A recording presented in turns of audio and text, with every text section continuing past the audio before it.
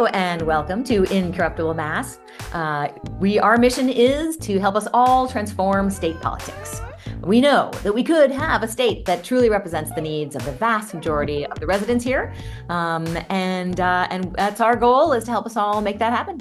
So today we are going to be talking about how unfortunate it is that data does not run our decision making, and how often it happens that poor logic and people claiming to be using economics or econometrics, but actually using them badly, is often what happens and what is talked about in the media instead of actual data.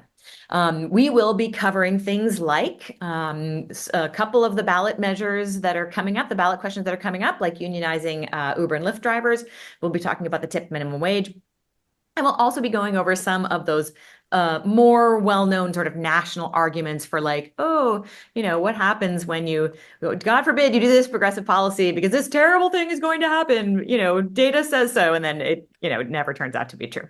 So before we go on to that topic, let us have our lovely co-hosts introduce themselves. I will start with Jonathan. Awesome. Jonathan Cohn, he, him, his, joining from the South End in Boston. I've been working on different progressive issue and electoral campaigns for a little over a decade now. Fantastic. And Jordan? A little behind the scenes. Jordan Burke Powers, he, him. I live in Worcester, Massachusetts, and I'm the former executive director of Mass Alliance, and I have worked in and around progressive politics for 30 years, and I'm currently a doctoral student for social policy. And so I'm really excited about this topic because one of the things that happens a lot, we're not going to go down this road. We're not going to spend 20 minutes just talking about my dislike of how the media so wants to both sides everything, that you could actually make a living doing literally almost no work, but just pretending to just be in a faux middle and just make up data to get to where you want to go. And that's a whole profession that that Tufts at the Tisch Center is currently funding a whole center to just do made up analysis that's essentially like, both sides are terrible, but also I'm really a right winger. summarize all of it. I really don't like people of color to be near me, or like any sort of like equality to really actually happen. But I like the theory of it, so I'm always going to be for a mediocre version. Yeah. I always love I'm in favor of progressive policies that don't actually change anything economically, but as soon as you want to change economically, oh no, the world will end, and that's proven by math, right? Right. Yeah. Don't look at my numbers, which is my favorite thing. One of my favorite things that ever happened is I called out the media for linking to a press release that said, look at this report. And then the report was just the press release, and there was actually no report that he put out from the center, and then it all got taken down. And then later on there was a report, but it was still only like 4 pages, and there was no actual reporting, and it was all just to do a takedown of the millionaire's tax, which then ended up being like, oh, actually it's really great. Like it was just like layers upon layers of just like no one clicked the link to see, like, is there actually data? That's amazing. Oh, wonderful. Well, that would be like also a fascinating study for somebody to do. To see like how successful that they could be by getting so much coverage for a report that doesn't even exist. That's the press release. We'll get picked up, and people will quote the press release. Absolutely. They'll use the quotes. They'll use the summary from the press release. It's got to be both sides. It's got to say like both sides are terrible, and I have this faux middle. That's the only way. But if you do that, absolutely get picked up. Then you say like this policy can do good things, but it could also do bad. Exactly. Our executive director was quoted as saying, quote. And of course, the final analysis has to agree with whatever the speaker wants. Yes, absolutely. The people in power, and the analysis always has to be that whatever the people in power say is right, is the thing that's right. There you go. Yeah. I think it's a good example of just like what we see with the minimum wage. Anytime they want to raise the minimum wage, like we saw all the reports that came out, there was like $15 is going to be the end of small businesses. It's going to be the thing. Every time we talk about the minimum wage raising, it's always the like oh, the the thing is going to fall. And then and my other favorite is you always get this. Well, if it's so good, why don't we raise it to $100? Because we're tethered to reality, man. Like, I mean, like, I don't know. Like, it's just like, why do we have to, like, I don't want to get into some extreme that just like isn't going to happen. I just want people Jordan, to have if you like love a the little bit minimum more. wage so much, why don't you marry it? It's essentially right. That's like the argument. It's just so ridiculous. It's just, but every time without fail, and to your point, Anna, I feel like we could just like post in like just a quick Google of all the articles that were like the minimum wage is going to raise the minimum wage, but people are worried. Concerns are experts say it's going to lead to Wait, job loss.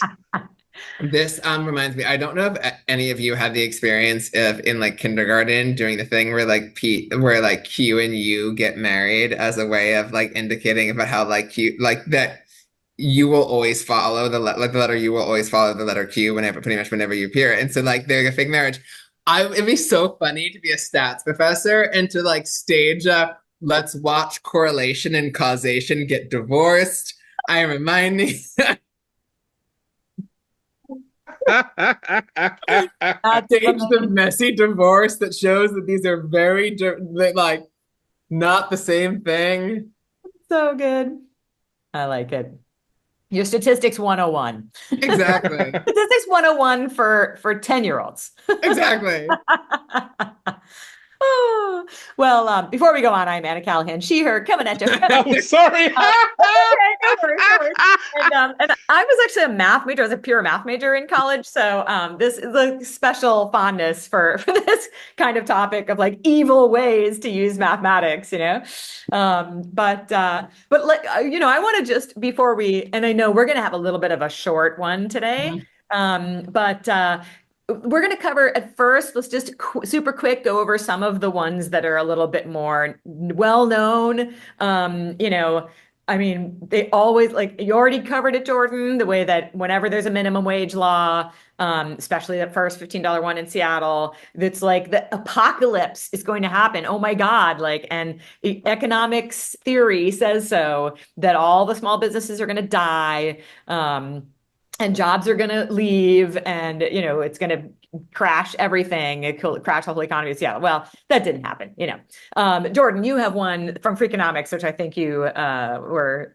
Yeah, I mean, generally speaking, I think that book is a jettison for me. I was in economics. I have several economic degrees, and I was in economics at the time that book came out. And I have never wanted a book to become a dollar book as quickly as I wanted that horrifying thing that then became a podcast and things to happen, which is roughly this thing that like they themselves go through this whole rigmarole of being like, correlation is not the same as causation, but then make assumptions on all of these things, which are just ridiculous. And one of the ridiculous ones is the reason that crime went down is because of abortion in the 70s. So crime went down in the 90s and they dismiss all these other reasons for it happening. And they say it's this thing, but we don't know for sure because it can't cause it. And like the real thing about the reason why Freakonomics is dumb and a lot of econometrics is dumb is because there's this idea of an independent variable and dependent variable, but all things are dependent on each other to some degree or another.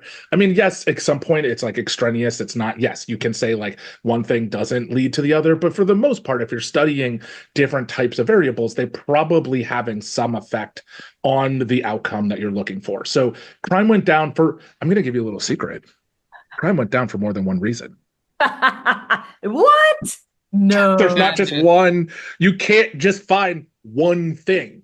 You're going to have to hold multiple truths at the same time. I know it's not in our way, certainly not the way academia is, which is I have the one brilliant idea, but it's actually several reasons crime went down, and we don't really have a good answer for all of them because when one of them has changed, it hasn't led to an increase in crime. So no one theory has been able to say it because we don't actually know for sure.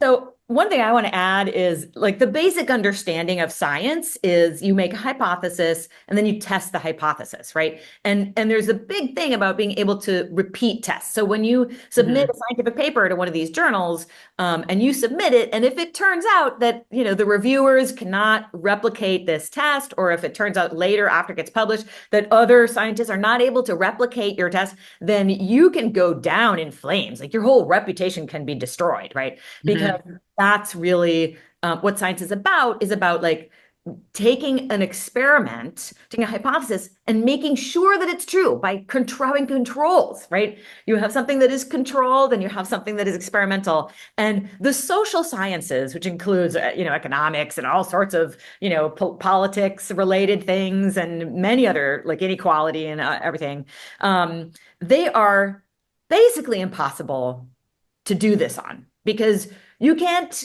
you know, you're just looking at real life and there are thousands of things that have an effect on, you know, whatever, you know, crime, for example, or how many workers there are. And when they say like how small businesses are doing or whatever it might be, there are thousands of different parameters and you just can't make a controlled experiment because that's not, you can't like put a bunch of people in an experimental lab and force them to only do one thing. That's not how people are.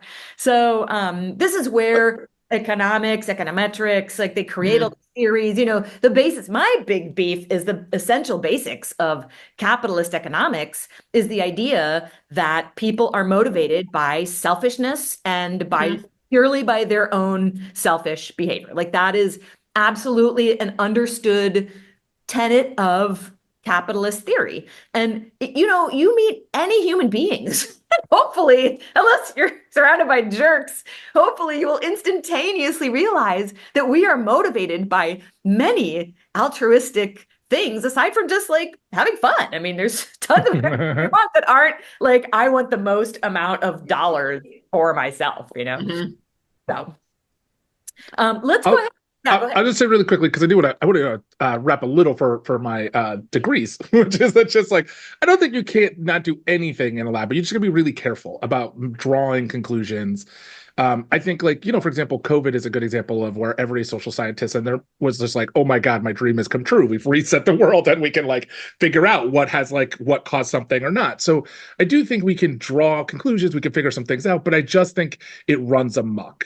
And too often what happens is people have a preconceived idea of what they want to believe is true, and then you can always find data to back that up. And unless you know, data is only as good as your eye towards it, or like how are you evaluating it, who's putting it together, like what are their assumptions, right? Like you need to, right, like you, like as you say in like hard sciences where you have to replicate it, like I need to see how you've gotten from point A to point B, and it has to pass some basic logic, and too often that's where it fails down, but the media just reports on it. Like it just is what it is. I mean, I think obviously I'm not saying that, you know, you can't come to any conclusions about the consequences. All of us have said out loud, like many studies show that X, Y, Z, right? So on postmodernism.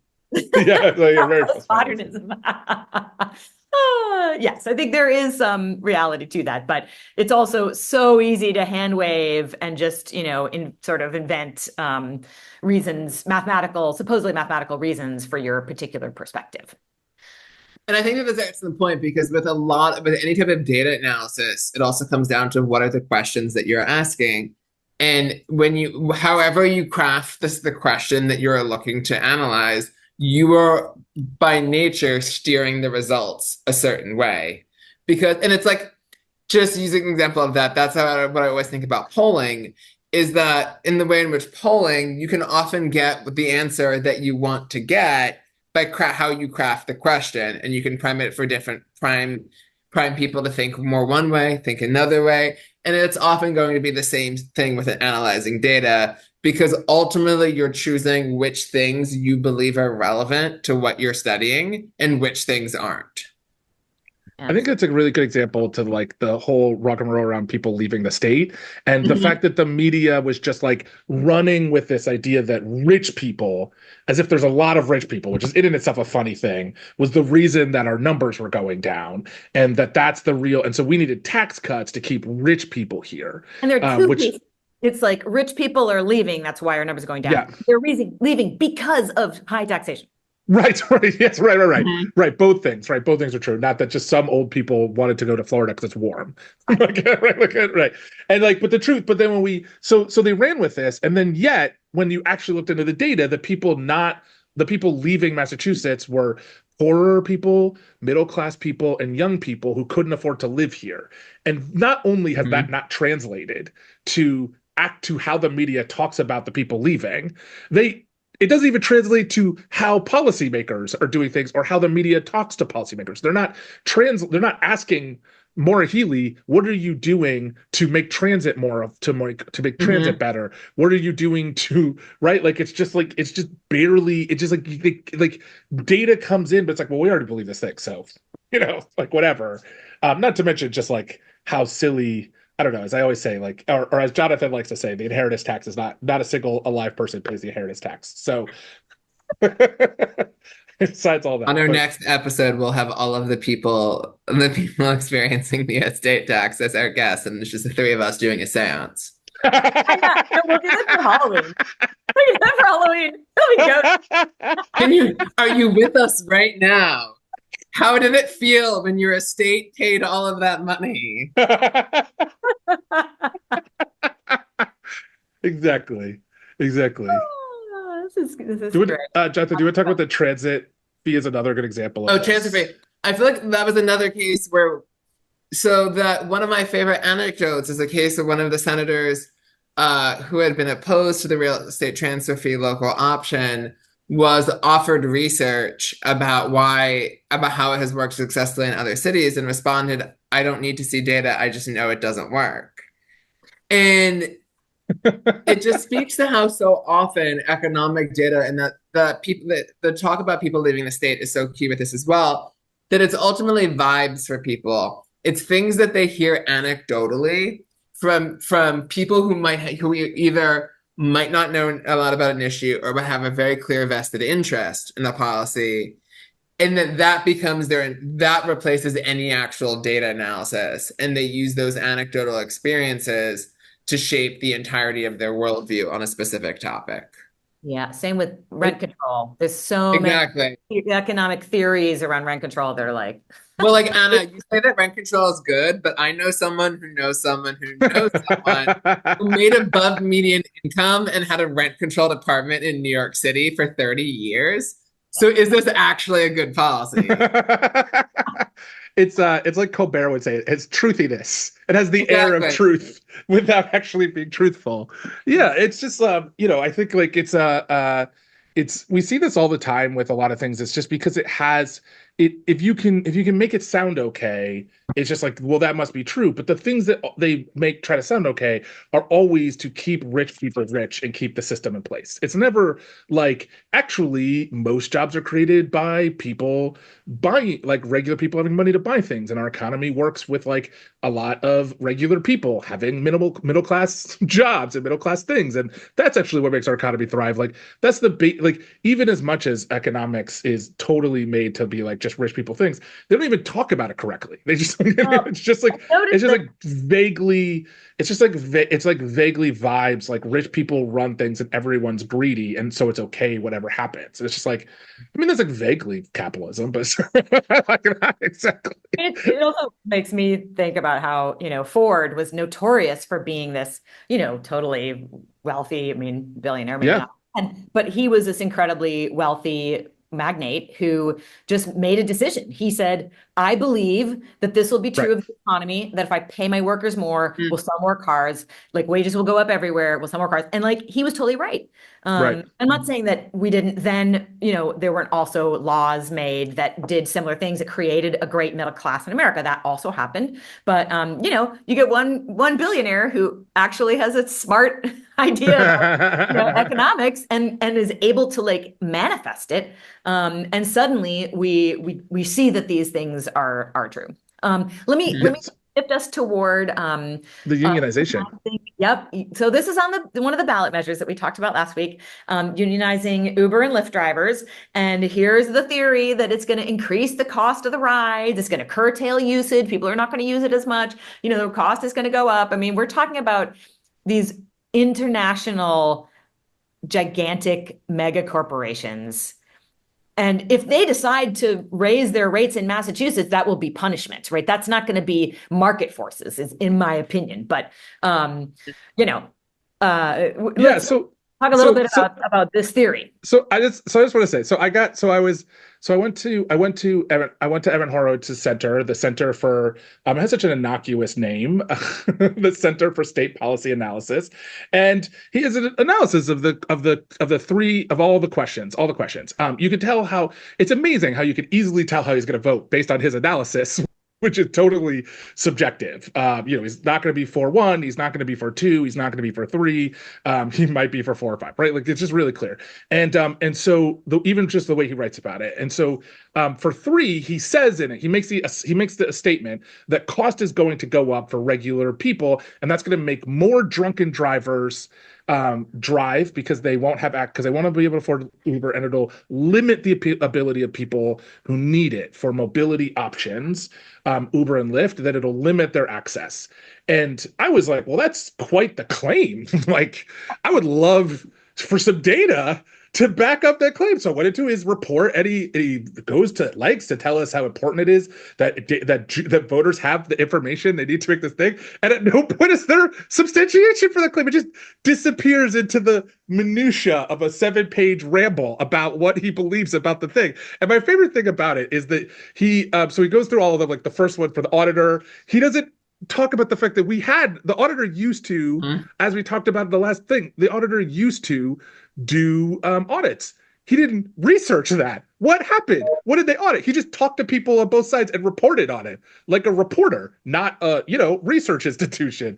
Eliminating the MCAS, he just copy and pasted what the chamber said about it, and like barely went into it. And then for this one is the same thing. And I think like that's the thing. It's just vibes, but the media gives him, he was, that this quote unquote report, which I don't want to call it a report because it's really just his ramblings, which are usually what they are, is like he's on WBR. He gets a Boston Globe. He's on NBC 10. And these ideas get infested into our system with the substantiation of economics and theories behind them without ever being questioned. Like, well, how did you get to that? What is your proof? Is there data that says the thing you're saying?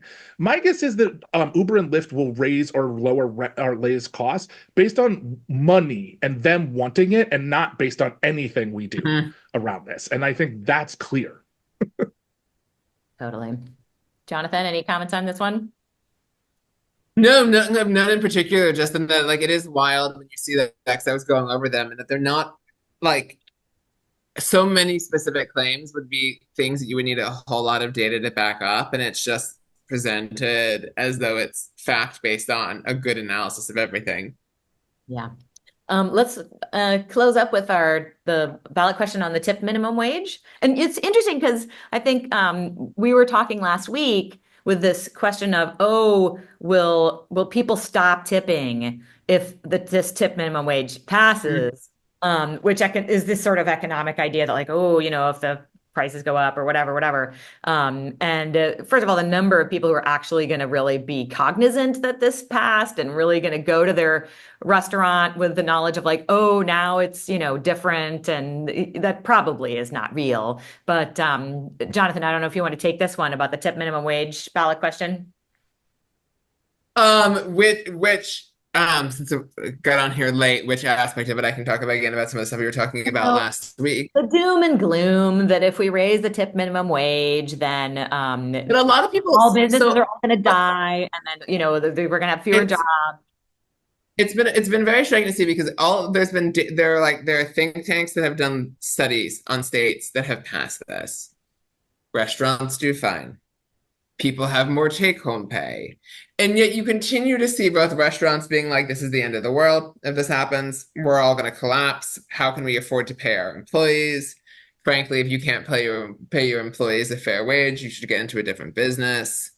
because you're clearly not good enough at managing a business to manage the one that you currently manage.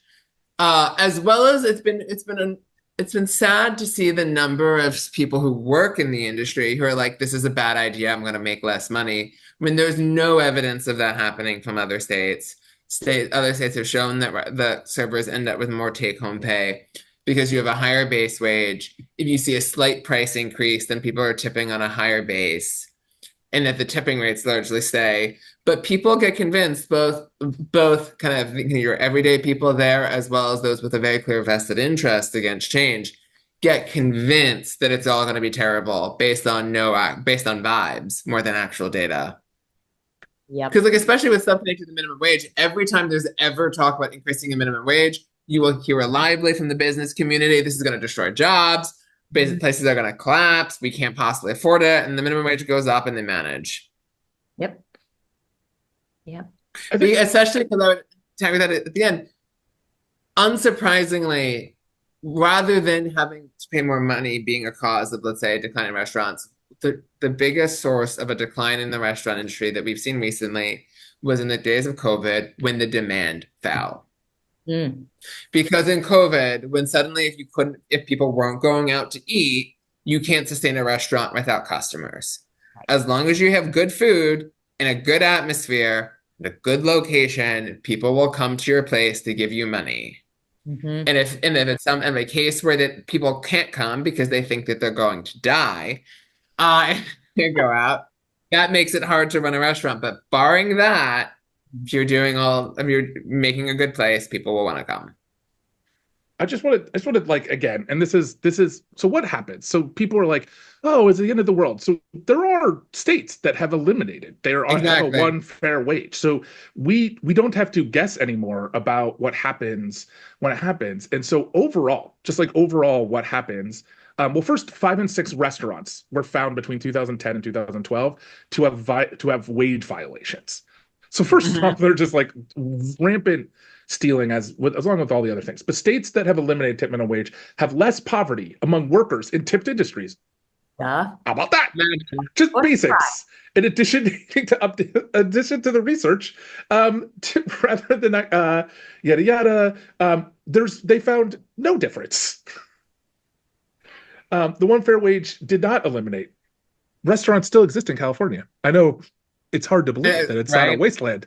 The things, and so tip workers specifically saw not only is there like overall poverty, but their overall pay obviously goes up. So the argument is that actually I make more than the minimum wage with the tipping, which is sometimes true, but often it's not true. It's actually a little inconsistent, and it really depends on where you work.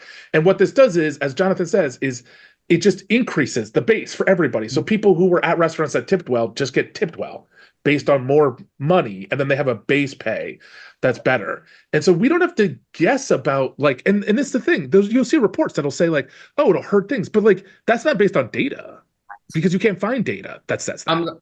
Actually, I think we need to acknowledge that the rise of green juice in smoothie places in California is a direct result of the minimum wage, where right and left restaurants are closing and they're just being replaced with like expensive cold pressed juice bars. Which is, it's people. Exactly. Yeah. So just to be clear, businesses in tipped industries have had the same employment rates. Just there's no difference. It didn't actually affect in any. In fact, small businesses in key tipped industries saw faster wage growth in states with one fair wage, which is actually probably nothing to do with the fair wage, but actually just those are good. If you treat workers well and you pay people well, they have more money, and then what they do is they spend it on those restaurants. So it's just like, it's just nonsense. But you can just say it. You can just go on TV and say, oh, it's going to hurt small businesses. They're going to have to figure it out. I mean, yeah, they're going to have to figure it out, but it's also going to be fine. Yeah. And we won't all be drinking Soylent Green.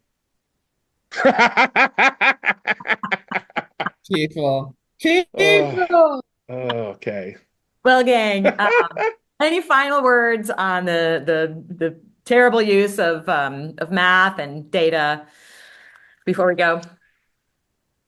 To anybody who listens to this, click the link. When an article says, a report says, click the link. That is my advice.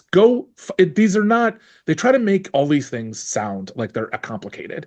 They're done by regular people. They're not smarter than you. Just go click the link. See if there's anything behind it. 9 times out of 10, it's if it seems like it's hogwash, it probably is. Yep. Click the link. Sounds good. Thank you so much to everybody. Also, in terms of clicking links, what link should people who are listening to the podcast click? Anna. Well, just below you will see that there's a donation link, and you can put in, a price of a cup of coffee a month, a cup of coffee a week, a cup of coffee a day.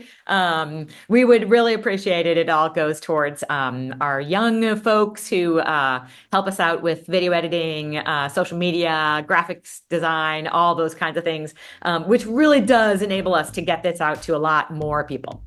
Thank you so much. My entirely scientific study says that everybody who donates via that link is successful. It is beloved by everybody around them and is lucky in life.